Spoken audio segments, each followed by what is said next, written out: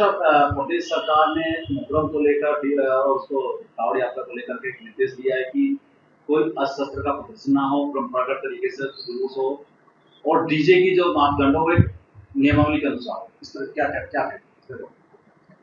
देखिए, ये अस्त्र जो हमारे जुलूसों में लोग दिखाते हैं और अपनी कला का प्रदर्शन करते हैं, कोई लाठी चलाता है, कोई तलवार चलाता है, कोई और भी वो करते हैं।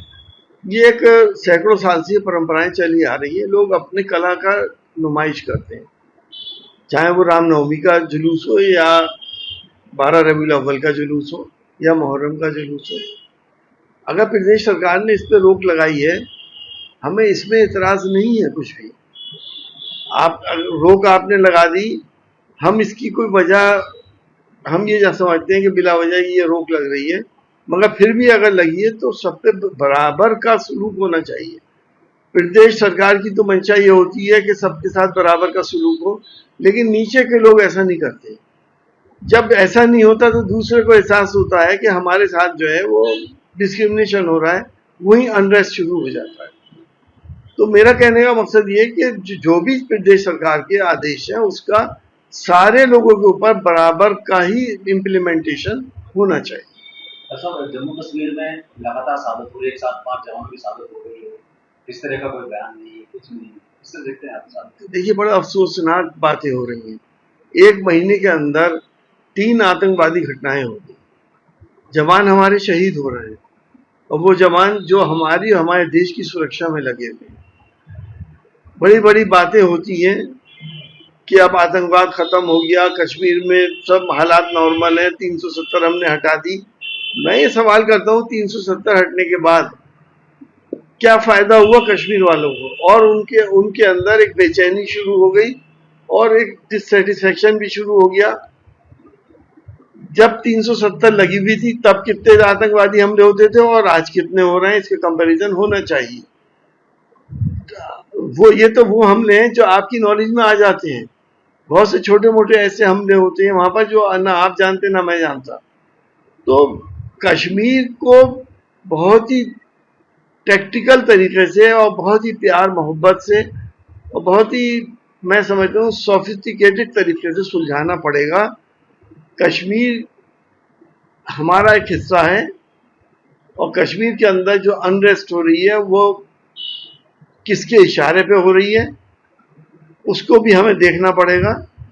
और इन जो जवान हमारे शहीद हो रहे हैं उनकी जाहिर है जिंदगी की कोई बदला तो नहीं दिया जा सकता, लेकिन उनके परिवार वालों को बड़े से बड़ा मुआवजा दिया जाए ताकि उनके बच्चे एक अच्छी जिंदगी गुजार सकें।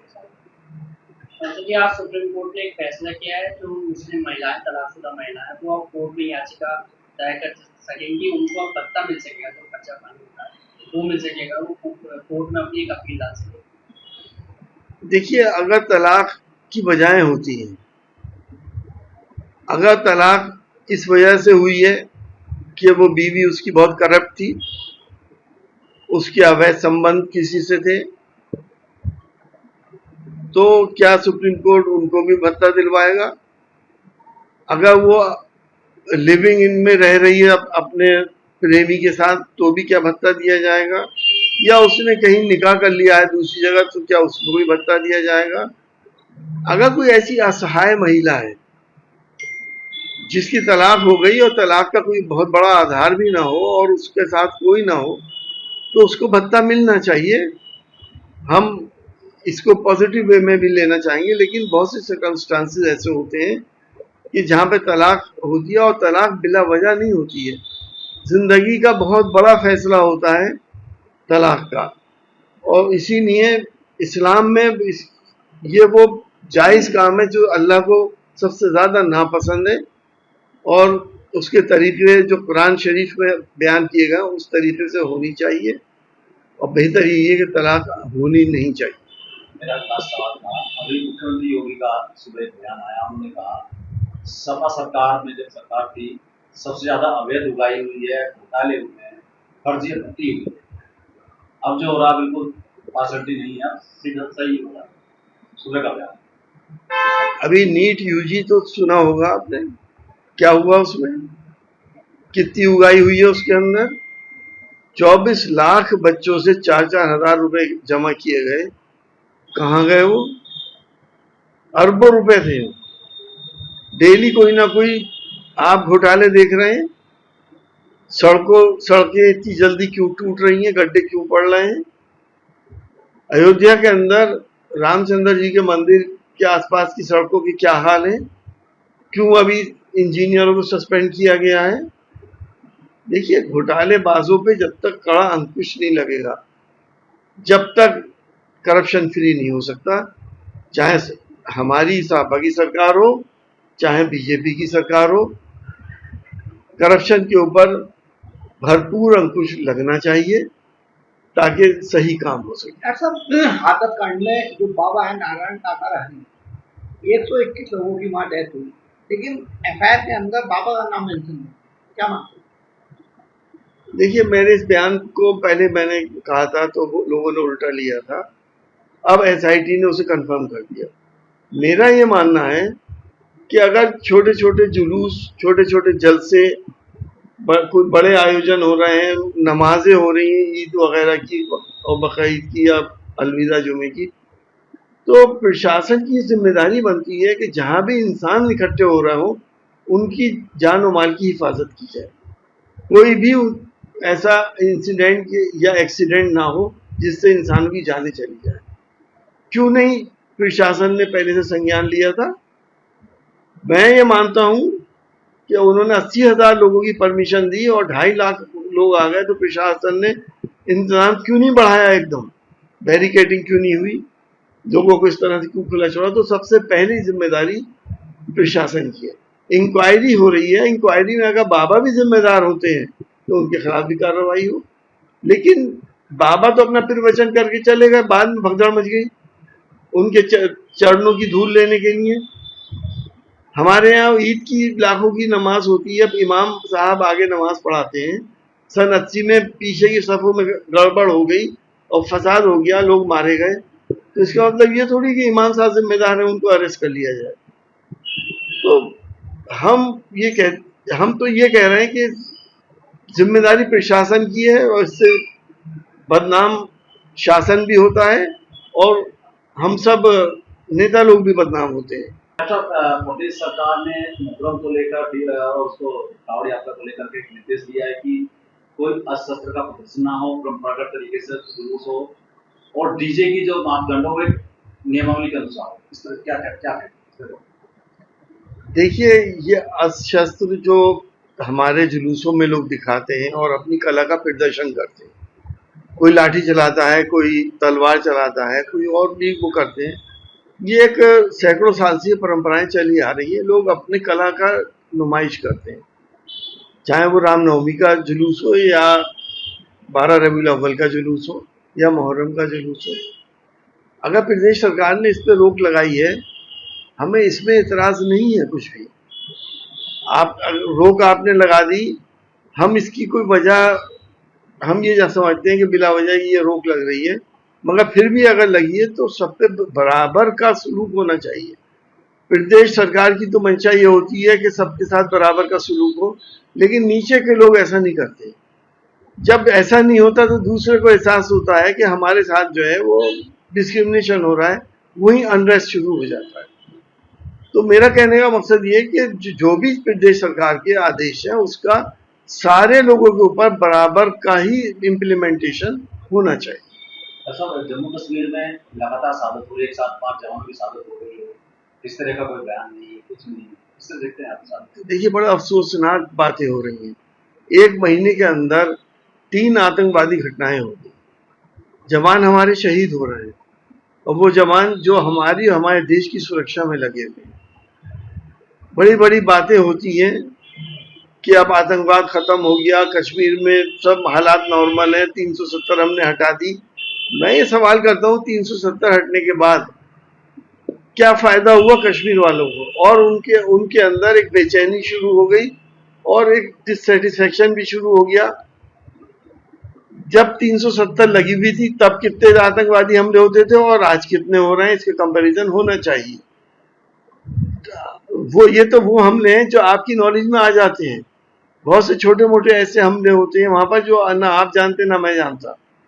तो कश्मीर को बहुत ही टैक्टिकल तरीके से और बहुत ही प्यार मोहब्बत से और बहुत ही, मैं समझता हूँ, सोफिस्टिकेटेड तरीके से सुलझाना पड़ेगा। कश्मीर हमारा एक हिस्सा है और कश्मीर के अंदर जो अनरेस्ट हो रही है वो किसके इशारे पे हो रही है उसको भी हमें देखना पड़ेगा। और इन जो जवान हमारे शहीद हो रहे हैं उनकी जाहिर है जिंदगी की कोई बदला तो नहीं दिया जा सकता, लेकिन उनके परिवार वालों को बड़े से बड़ा मुआवजा दिया जाए ताकि उनके बच्चे एक अच्छी जिंदगी गुजार सकें। जैसे कि आज सुप्रीम कोर्ट ने एक फैसला किया है, जो मुस्लिम महिलाएं, तलाकशुदा महिलाएं, वो अब कोर्ट में याचिका दायर कर सकेंगी, उनको अब भत्ता मिल सकेगा, जो कच्चा पानी होता है वो मिल सकेगा, वो कोर्ट में अपनी एक अपील डाल सकेगी। देखिए, अगर तलाक की वजहें होती हैं, अगर तलाक इस वजह से हुई है कि वो बीवी उसकी बहुत करप्ट थी, उसके अवैध संबंध किसी से थे, तो क्या सुप्रीम कोर्ट उनको भी भत्ता दिलवाएगा? अगर वो लिविंग इन में रह रही है अपने प्रेमी के साथ तो भी क्या भत्ता दिया जाएगा? या उसने कहीं निकाह कर लिया है दूसरी जगह तो क्या उसको भी भत्ता दिया जाएगा? अगर कोई ऐसी असहाय महिला है जिसकी तलाक हो गई और तलाक का कोई बहुत बड़ा आधार भी ना हो और उसके साथ कोई ना हो, तो उसको भत्ता मिलना चाहिए। हम इसको पॉजिटिव वे में भी लेना चाहेंगे, लेकिन बहुत से सर्कमस्टांसेस ऐसे होते हैं कि जहाँ पे तलाक होती है और तलाक बिला वजह नहीं होती है। जिंदगी का बहुत बड़ा फैसला होता है तलाक का, और इसीलिए इस्लाम में ये वो जायज़ काम है जो अल्लाह को सबसे ज़्यादा नापसंद है, और उसके तरीके जो कुरान शरीफ में बयान किए गए उस तरीके से होनी चाहिए, और बेहतर ये है कि तलाक होनी नहीं चाहिए। मेरा अगला सवाल था, अभी मुख्यमंत्री योगी का सुबह एक बयान आया, उन्होंने कहा सपा सरकार में जब सरकार थी सबसे ज्यादा अवैध उगाई हुई है, घोटाले हुए हैं, फर्जी भर्ती हुई है। अब जो हो रहा बिल्कुल पार्शलिटी नहीं है, सीधा सही हो रहा है। सुबह का बयान। अभी नीट यूजी तो सुना होगा आपने, क्या हुआ उसमें, कितनी उगाई हुई है उसके अंदर? 24 लाख बच्चों से 4-4 हजार रुपए जमा किए गए। कहाँ गए वो? अरबों रुपए थे। डेली कोई ना कोई आप घोटाले देख रहे हैं। सड़कें इतनी जल्दी क्यों टूट रही हैं, गड्ढे क्यों पड़ रहे हैं? अयोध्या के अंदर रामचंद्र जी के मंदिर के आसपास की सड़कों की क्या हाल है? क्यों अभी इंजीनियरों को सस्पेंड किया गया है?